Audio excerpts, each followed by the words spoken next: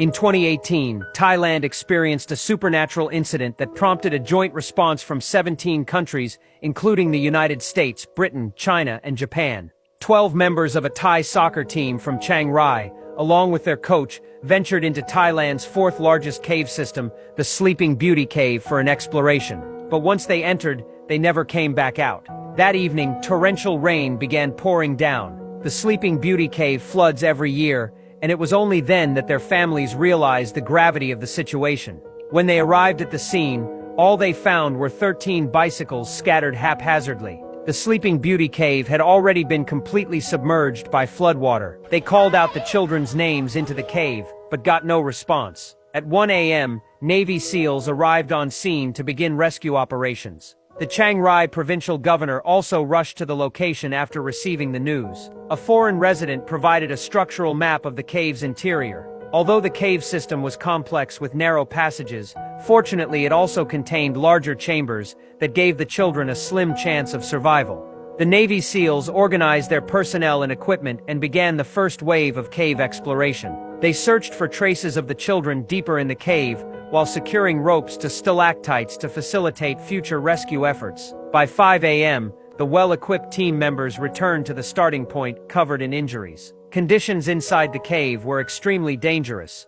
One team member nearly lost his life. Their expedition had only managed to advance 800 meters into the 10-kilometer-long cave system. The difficulty of the rescue operation exceeded everyone's imagination. Seeing the disheveled state of the team members, the families' hearts sank to rock bottom, and their flickering hopes began to fade. The next day, the incident exploded across the media. The rescue operation escalated into an international crisis, with the local government calling for help from around the world. Volunteers from across the globe rushed to assist. A passing hydraulic engineer noticed volunteers using water pumps to extract water from the cave. Despite using the largest pumps available, his experience told him this approach would have minimal effect. He found a local elderly man and explained his credentials. To solve the water accumulation problem in the cave, they needed to address the source up in the mountains. Under the old man's guidance, they successfully found the mountain path and discovered countless deadly water inlets, where floodwater was continuously pouring into the cave.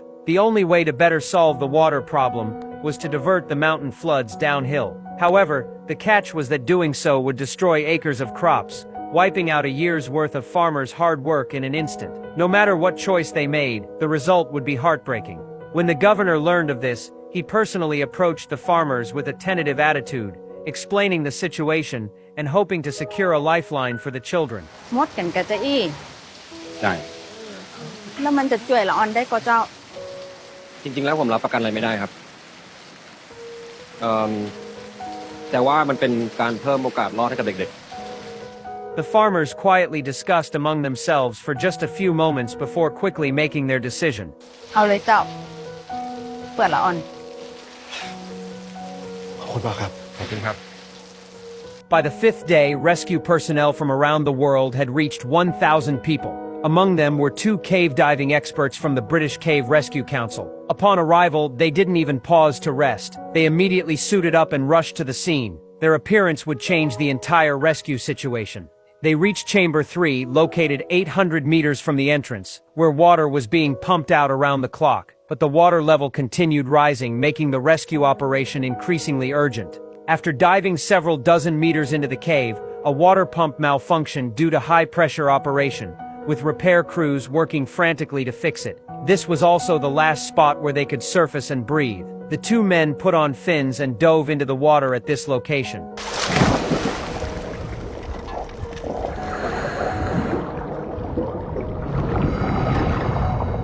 The accumulated water in the cave was extremely murky with almost zero visibility. The underwater dangers far exceeded their imagination. Sharp stalactites were everywhere, threatening to cut them at any moment with serious risk of infection. The terrain was extremely narrow. If they got stuck in a rock crevice, they could pay with their lives. The 2 men struggled forward along the guide rope, each meter forward requiring tremendous physical effort. After nearly 4 hours, they finally reached the T-shaped intersection 1.6 kilometers from the entrance. This was the first large chamber that could provide shelter from the flood current. But despite calling out for a long time, they found no sign of the children. They had to continue forward to search for the next chamber. However, just as they set off, part of the mountain collapsed due to flooding.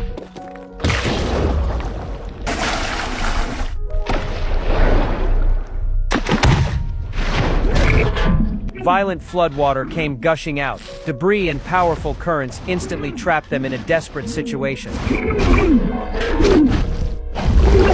Fortunately, both men were experienced and successfully navigated this crisis. But they understood that the path ahead would be even more dangerous, and they couldn't proceed recklessly. Exhausted, they immediately chose to return by the same route. The speed of the rising water was alarming.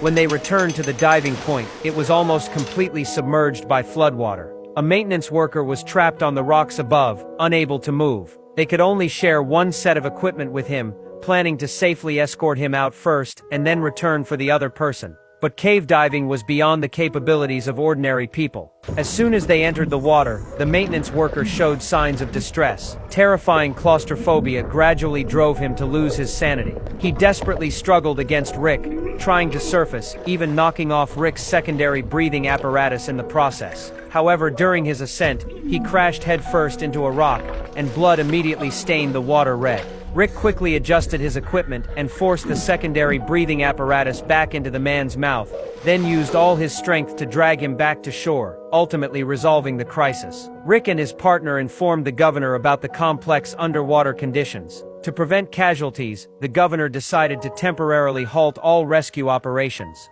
I must ask, please, do not go in the cave again without my permission.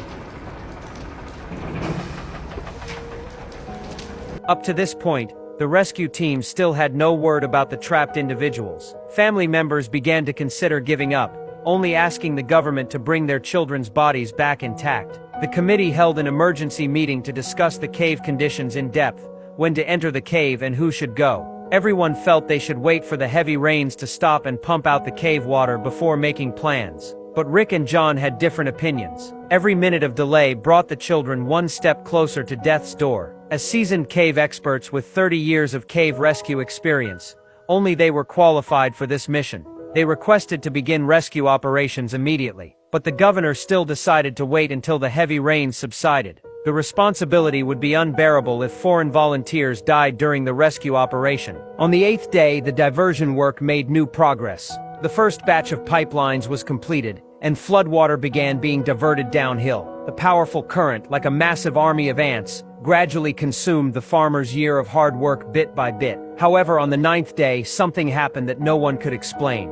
A mystical event. Legend has it that 300 years ago, there was a beautiful princess in the royal palace of Jingdong who fell in love with a young horsekeeper. Due to their vastly different social status, their love faced strong opposition from the king. So the lovers eloped to Chiang Rai, Thailand, settling in a mountain cave. When the king learned of this, he flew into a rage and sent 13 assassins to pursue them. Unfortunately, the young man was discovered by the assassins while out foraging and died suddenly. Upon learning of her lover's death, the princess was overcome with grief. She then removed her hairpin and took her own life. After death, her blood became rivers and her body became mountains. The cave where they lived was the mysterious Sleeping Beauty Cave. In this incident, the 13 trapped individuals were believed to be the reincarnation of those 13 assassins. Even more mysteriously, many Thai people had the same strange dream. They dreamed of the princess who had died 300 years ago. The princess made a request: if they could find a high monk named Kruba Bunsham to come see her, she would forgive and release the 13 trapped boys. In the dream, the princess said that Kruba Bunsham was the reincarnation of the young horsekeeper. But people had never heard of anyone named Kruba Bunsham. A restaurant owner decided to try her luck and posted on Facebook searching for Kruba Bunsham.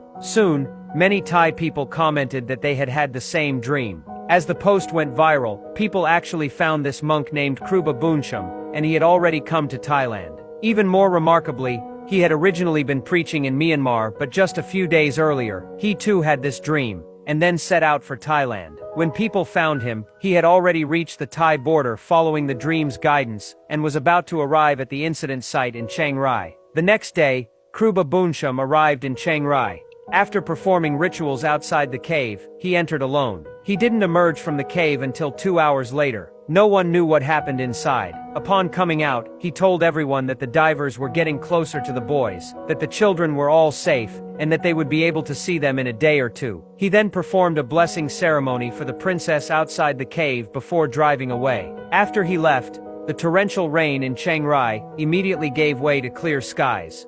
On the 10th day, rescue operations could resume. Rick and John were once again tasked with descending into the cave. After 4 hours, they reached the T-shaped intersection.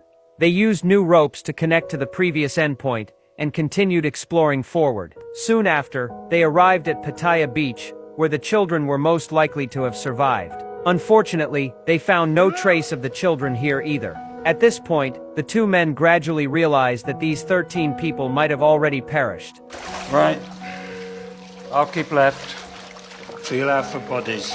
The two split up to search, hoping to quickly find the bodies of the deceased. After more than 2 hours, they reached Chamber 9, located 2.5 kilometers from the entrance. But as soon as they surfaced, a heavy smell filled their nostrils. Suddenly, flashlight beams lit up in the distance, and several thin, gaunt figures slowly moved toward them. However, when they clearly saw these figures, the scene before them left them utterly shocked. All 12 children and their coach were completely unharmed. For men with 30 years of rescue experience, this was simply an unimaginable miracle. Aside from dehydration caused by malnutrition, everyone was remarkably healthy. It turned out that during their ordeal, the coach had continuously taught the children to conserve energy and used meditation to ease their inner fears. They rationed the snacks they had brought into the cave to just 1 bite per day and avoided drinking muddy rainwater, instead seeking out springs and clean mountain water. This was how they had managed to survive until now. John suppressed his excitement and recorded everything with his camera. They had to immediately return to the entrance to bring this uplifting news to the rescue operation team. After 6 hours, they returned to the cave entrance. However, their journey back had given them time to think and gradually calm down. They warned the staff not to announce that the children were alive just yet. But at that moment, excitement had already made them lose their rationality.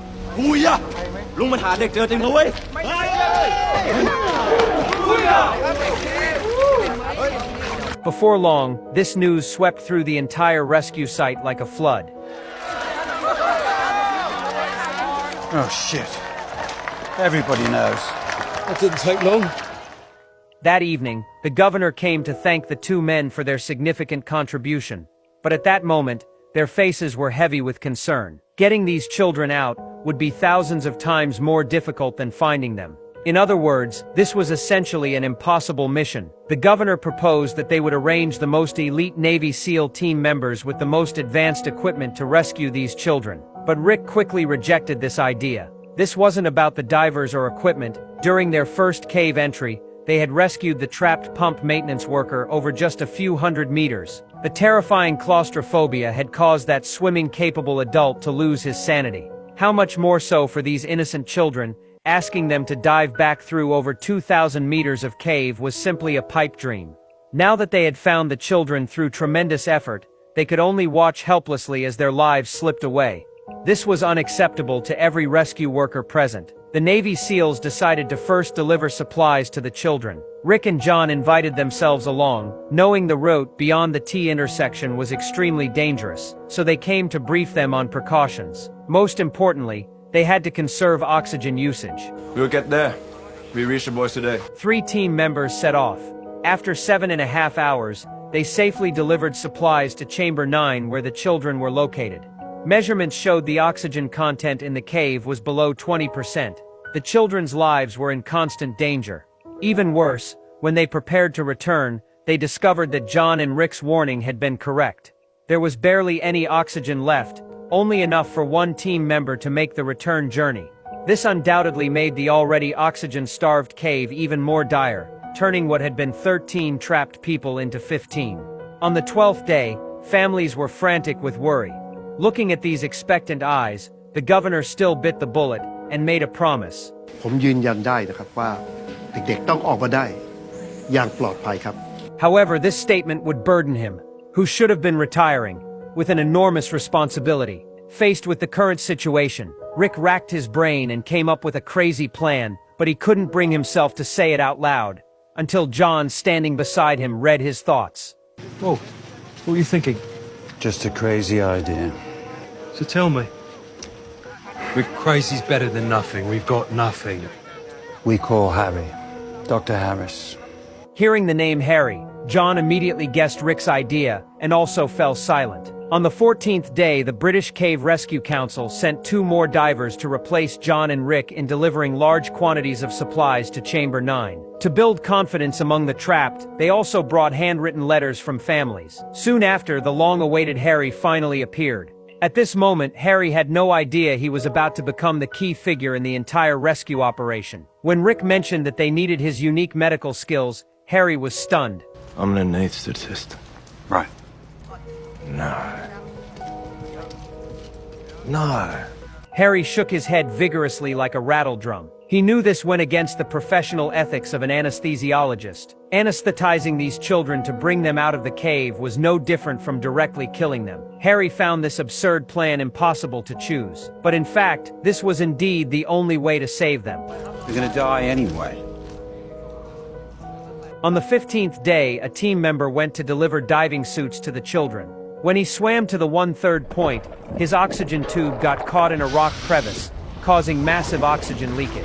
He tried desperately to save the situation, but ultimately lost his life tragically.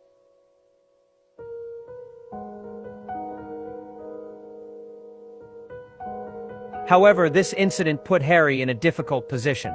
If the rescue didn't end quickly, not only would the children lose their lives, but more innocent lives might be sacrificed again. But if they used the anesthesia plan for the rescue, the children would have to endure over 5 hours of sedation. This meant they would need continuous anesthetic injections during the journey. Setting aside the risks of anesthesia, even if the oxygen masks could fit perfectly, saliva secreted in their mouths could cause them to suffocate at any moment. Injection infections, diver overload. Every single risk could turn the rescue operation into a tragic moth-to-flame scenario. Even with tremendous luck, they might only save 2 or 3 people at most. He didn't have the courage to make such a rash decision about the life and death of these 13 people. But Rick said that if they did nothing, all they would retrieve would be 13 corpses. If the children unfortunately died during the rescue process, at least they would have tried their best. That night, the rescue team held a secret meeting. The anesthesia plan was the only method to extract the trapped personnel. The governor inquired about the safety of the plan. Harry looked troubled.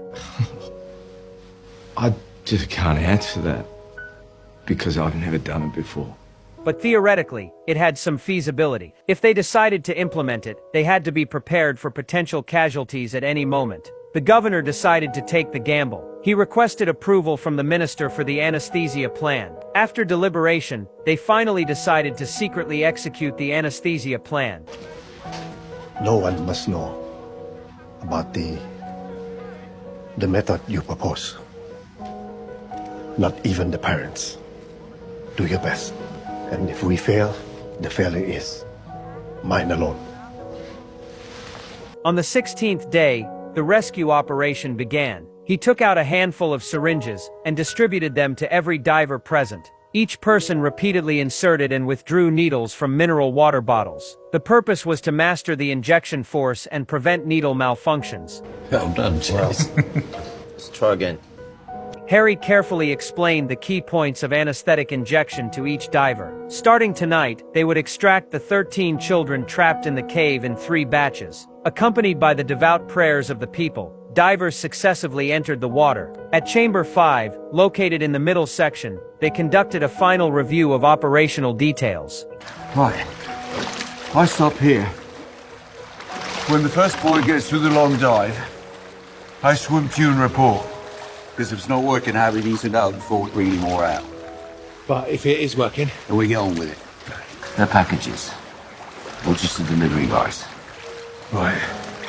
Under the children's expectant gaze, they gradually reached Chamber 9. Hearing that they had come to take them out, every child began cheering with joy. But unexpectedly, before the rescue operation even began, an emergency situation occurred. The coach selected 4 lighter children and let a small-statured boy go first. But the oxygen mask couldn't properly fit his face, so they had no choice but to replace him. Another boy put on the diving suit and swallowed a pill. Next, he was tied up completely, with zip ties binding his hands and feet. Not understanding why, the boy nervously came to Harry's side. Harry gently comforted the boy's emotions, then inserted the needle into his thigh. The anesthetic quickly took effect, and the boy's consciousness gradually became fuzzy. Once he was completely unconscious, they securely fastened the oxygen mask to his face. After confirming his breathing rate remained normal, they completely secured his hands and feet. Then, following the guide rope, they dove into the water. The first underwater human transport over 2 kilometers had begun. Due to extreme nervousness, Harry forgot to wait for a signal from Rick at the observation area and had already injected anesthesia into the second child. Harry, took him to shore. Shit. But once anesthesia begins, it can't be stopped. Everything had to continue. Fortunately, soon after, Rick emerged from the water with good news that the first child was safe and sound. It's working. However, the first boy who departed began showing signs of waking up after leaving the observation station. The responsible diver immediately stopped moving forward and prepared to inject the next dose of anesthesia. But due to excessive physical exhaustion, his trembling hands caused the anesthetic needle to sink to the bottom of the water. Fortunately, he managed to feel around and find the anesthetic needle, successfully administering the injection just before the boy fully awakened. At this time, the second child under John's care also successfully reached the observation point. After the boy received his anesthesia booster, another accident occurred. No, he's not breathing. John quickly turned him over. The boy's breathing returned to normal again. Again? John discovered that the boy would stop breathing every time he entered the water, but would resume normal breathing when returned to the surface. After several repeated experiments, the boy's condition gradually stabilized. Breathe. John felt like he had just ridden a vertical roller coaster and nearly became the first failed case. Meanwhile, the first child was successfully brought out of the cave after 7.5 hours, with all vital signs normal. After 16 days, escorted by medical personnel, he finally basked in sunlight once again. To stabilize the family's emotions, he was secretly loaded into an ambulance and then transferred to a helicopter. Under thousands of watchful eyes, he was sent to the hospital for treatment. By late night, the entire first batch of boys had been successfully rescued. Harry, bearing heavy responsibility, hesitated to come ashore. Only when doctors told him all 4 were safe and sound did his anxious heart finally settle. They had not only set a precedent in rescue history, but had created a miracle. Harry's mixed emotions of joy and worry were beyond words. Seeing helicopters constantly flying back and forth overhead gave people a growing sense of hope's dawn. But Rick and John's faces showed no trace of smiles. They understood that having successfully rescued 4 alive had made them heroes. But if they next brought out even one dead body, their reputation would certainly flip to the opposite extreme, and they might even bear eternal infamy. On the 17th day, the mountain flood diversion never stopped for a moment. Due to the enormous volume of flowing water, the number of pipes was becoming insufficient. An experienced elderly man simply asked one question. Then he stood up and cut down bamboo, splitting it in half through the middle. With the old man's help, the diversion project was finally completed.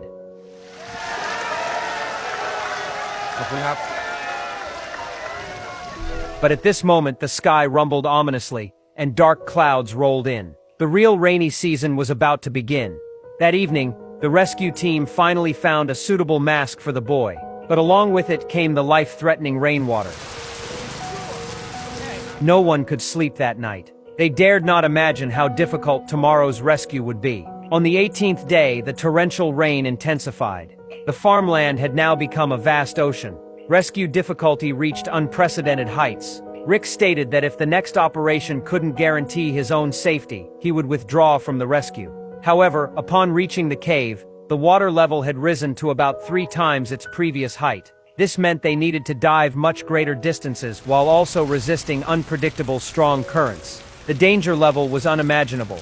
Everyone understood the severity of the situation and turned their eyes to Rick, the leader. Whether to continue into the cave was entirely in his hands. Okay. We can make it.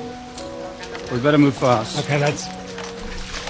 This was the last and most dangerous rescue operation. They had to rescue all trapped personnel in one go tonight. After reaching Chamber 9, they discovered through repeated attempts that the boy's mask still couldn't fit properly.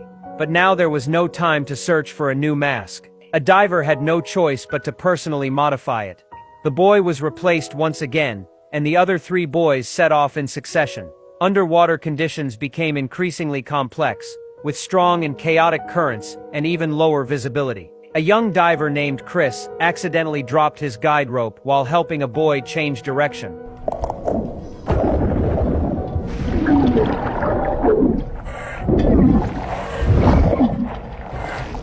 The powerful flood current swept him further and further away until he lost his bearings.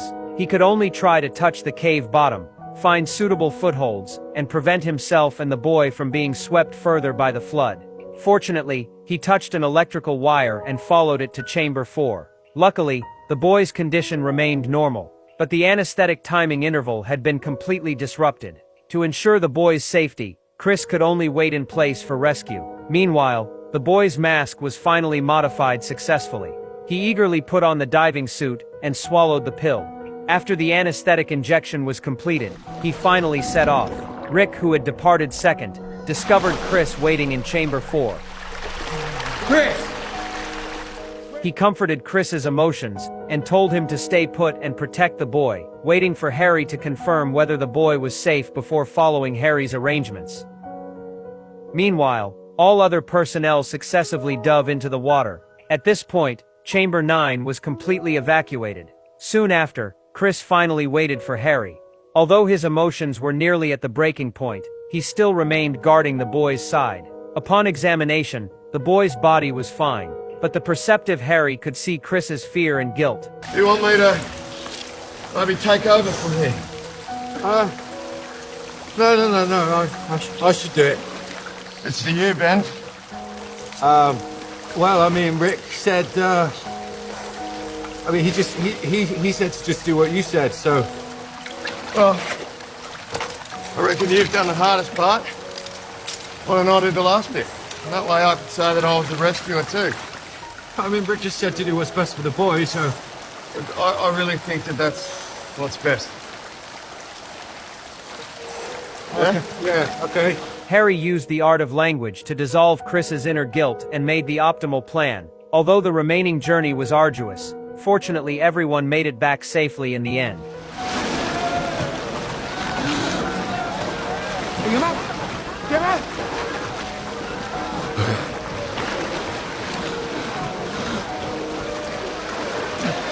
The Sleeping Beauty Cave rescue operation was a complete success. All 13 trapped individuals were miraculously saved. In this moment, the joy of saving their compatriots' lives and conquering nature made the rescue personnel raise their arms in celebration, crying tears of joy. Over 5,000 volunteers from countries around the world had accomplished an impossible mission. During the rescue, they forgot about differences in skin color, nationality, and culture. United as one, they created a great chapter in rescue history that would never be forgotten. Everyone was immersed in joy except anesthesiologist Harry, who sat alone in a corner after briefly smiling. He had just received a phone call. At this moment, he and his father were separated by life and death, never to meet again. On the 19th day, rescue facilities were dismantled one by one. Each volunteer returned to their countries and families, removing their hero's halo to become anonymous ordinary people once again. All the children received timely treatment, and their vital indicators returned to normal. After a brief period of recovery, they could reunite with their families and return to normal life. During the operation, 2 Navy SEAL members paid the ultimate price. One was Saman Gunan, who drowned as depicted in the film. The other contracted a blood infection during the rescue process and died shortly after from his illness. The day after the operation ended, Sleeping Beauty Cave was completely submerged by floodwater for 8 months. The farmers who suffered losses received reasonable compensation from the government. The stateless coach and 3 boys received Thai citizenship granted by the government. The rescue personnel came from 17 countries worldwide with over 5,000 participants. The success of the rescue may not have been a miracle, but rather humanity's great instinct that has allowed us to survive throughout the river of history. It is precisely because we possess this instinct that humanity has been able to continuously rebuild and progress through countless difficulties and disasters over 6 million years. This instinct is our reverence and cherishing of life. Perhaps we can hardly achieve the self-sacrifice shown in the film, but when we encounter people who stand up for others' lives or rights, please don't be stingy with our praise and applause. Don't let this instinct gradually disappear amid indifference and mockery.